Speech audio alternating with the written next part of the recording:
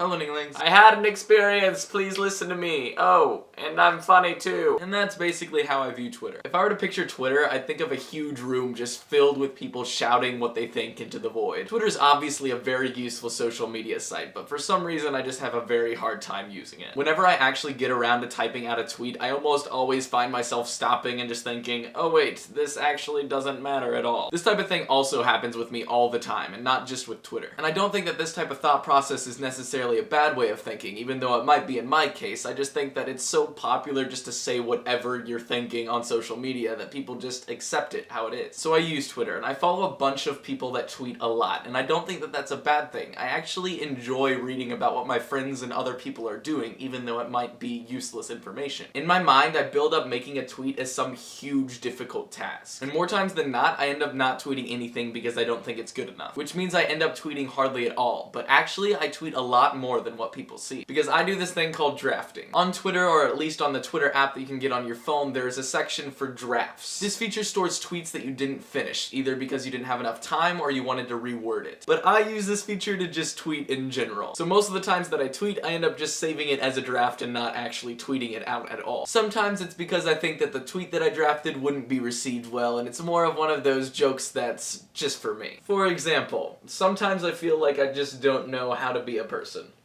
Will Ferrell is a funny guy though, am I right?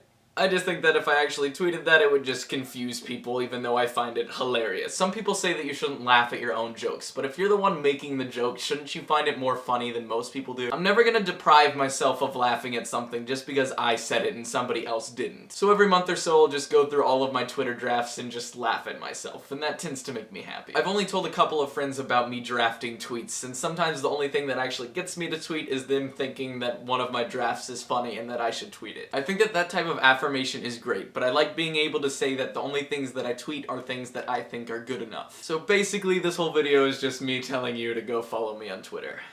I've just become that guy. Ugh.